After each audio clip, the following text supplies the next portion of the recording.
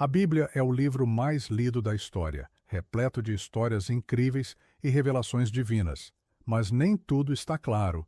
Existem mistérios profundos, perguntas sem resposta que intrigam teólogos, historiadores e curiosos há séculos. Neste vídeo, vamos mergulhar nos 10 maiores mistérios da Bíblia que ninguém consegue explicar. Prepare-se para questionar o que você sabe e se surpreender com o inexplicável. A Arca da Aliança não era um objeto qualquer.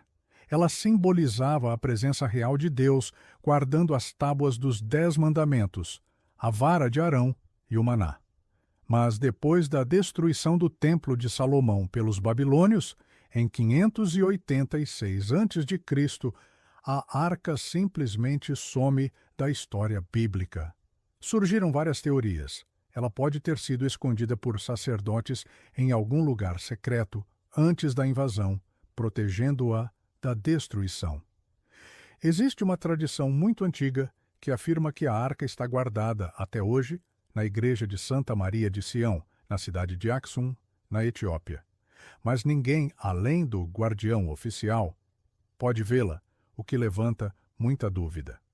Outros defendem que ela está enterrada em algum lugar de Jerusalém, talvez escondida em túneis subterrâneos.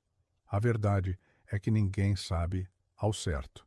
Até hoje, nenhum arqueólogo, nenhuma escavação, nenhuma descoberta conseguiu confirmar onde a Arca da Aliança está ou se ela ainda existe. A palavra anticristo nem aparece no Apocalipse, mas nas cartas de João, que diz que muitos anticristos já surgiram. Mas então, quem é a besta do Apocalipse?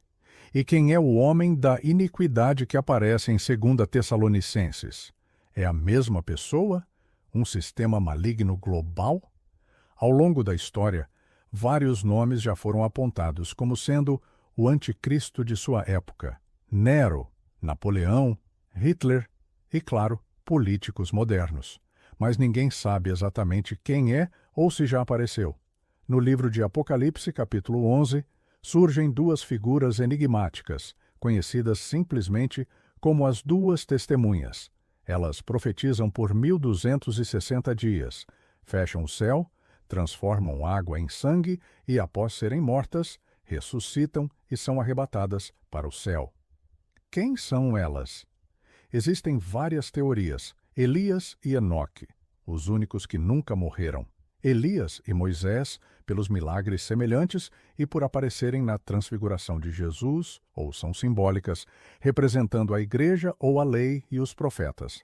A verdade é que essa pergunta só vai ser respondida quando tudo isso finalmente acontecer. A Bíblia nos conta o nascimento de Jesus, um episódio aos 12 anos no templo, e depois, silêncio total. Por 18 anos não há registros. A explicação mais provável é que Jesus viveu como qualquer jovem judeu em Nazaré, trabalhando como carpinteiro. Uma vida simples e comum, mas absolutamente extraordinária, por ser o próprio Deus vivendo conosco. Mas é claro que surgiram teorias alternativas. Alguns sugerem que Jesus teria viajado para lugares como a Índia, o Egito, ou outros centros espirituais da época em busca de sabedoria. Mas nada disso se sustenta historicamente, nem teologicamente. O Evangelho de Pseudo-Tomé, um dos apócrifos mais conhecidos, descreve um Jesus criança fazendo milagres bizarros, como dando vida a passarinhos feitos de barro, ou até amaldiçoando e matando uma criança.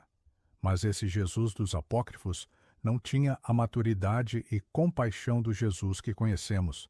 É por isso que a Igreja nunca aceitou esses textos.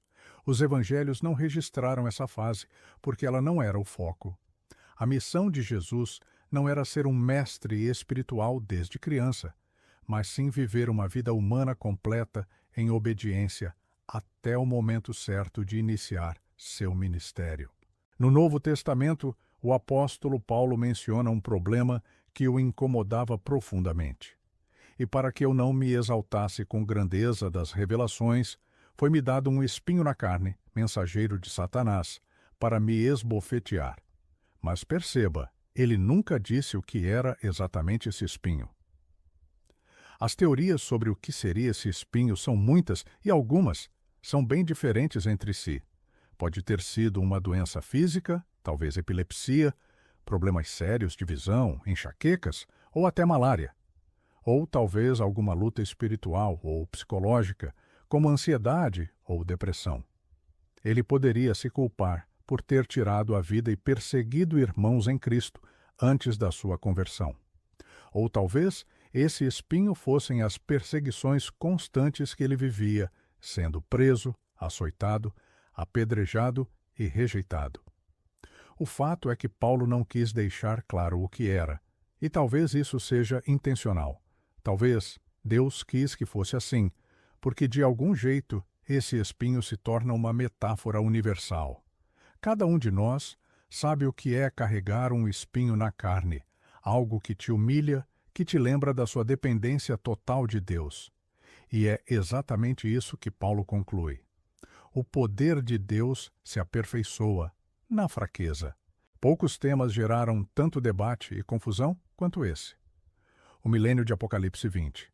O texto fala de um período de 1000 anos em que Satanás é preso, as nações ficam livres da sua influência e os santos reinam com Cristo. Um tempo de paz e justiça.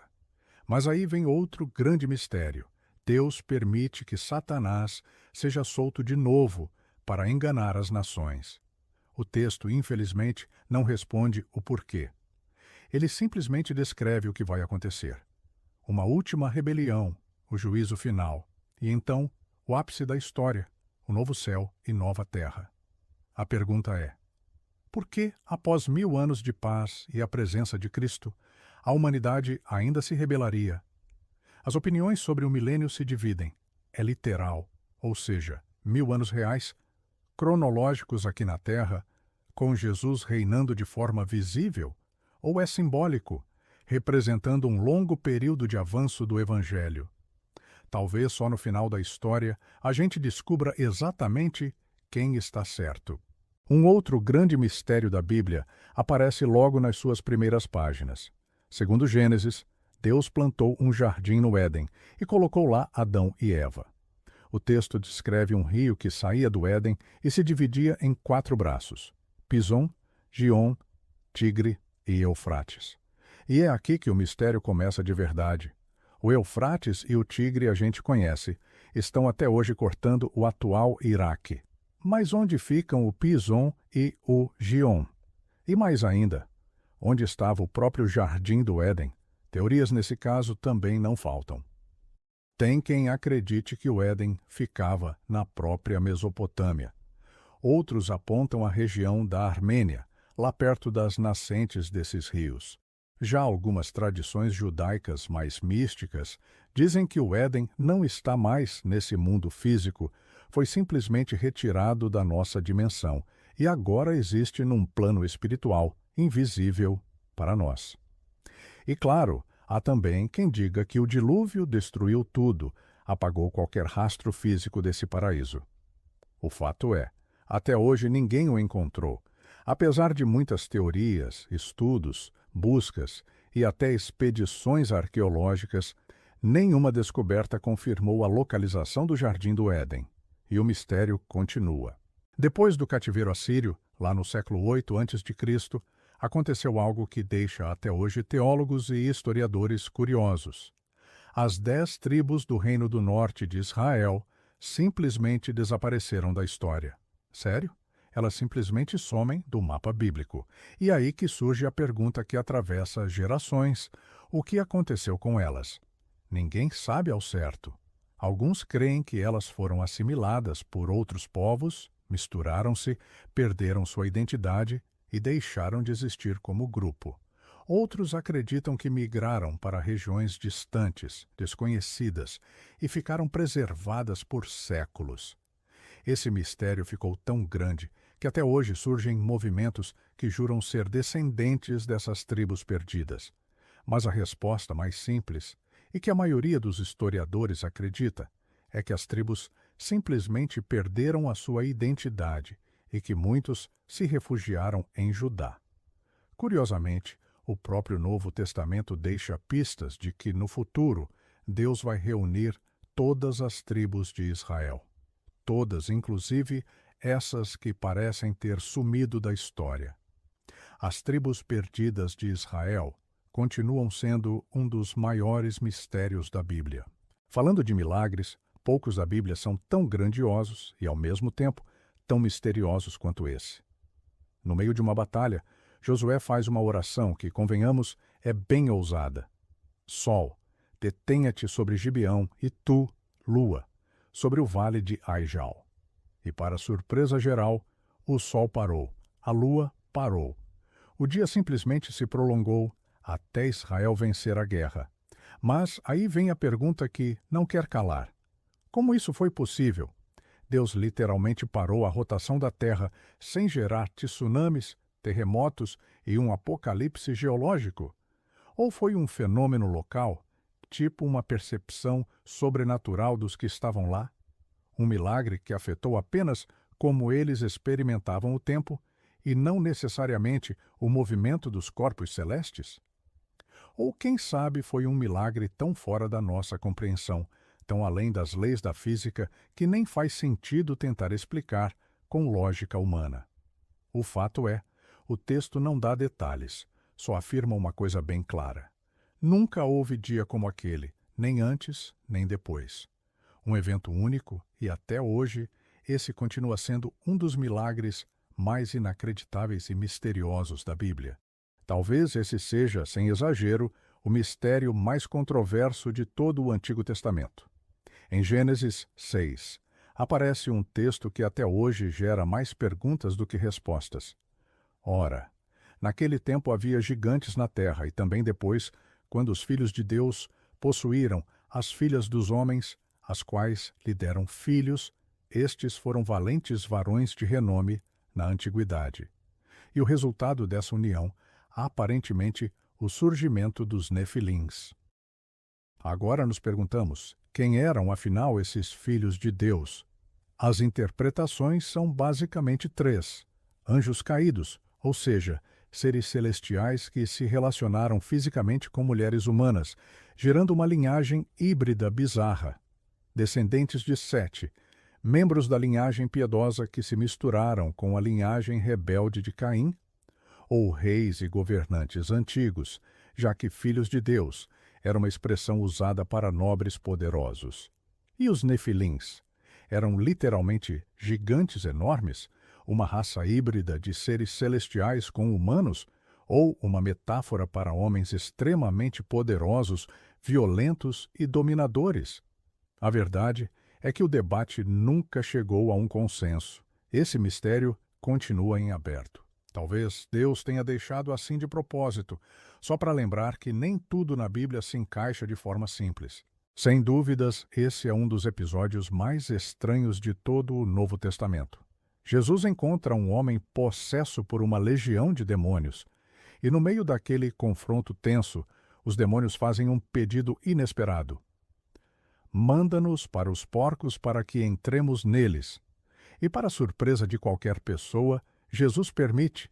Na mesma hora, os demônios saem do homem, entram nos porcos e todo o rebanho se atira morro abaixo, cai no mar e se afoga.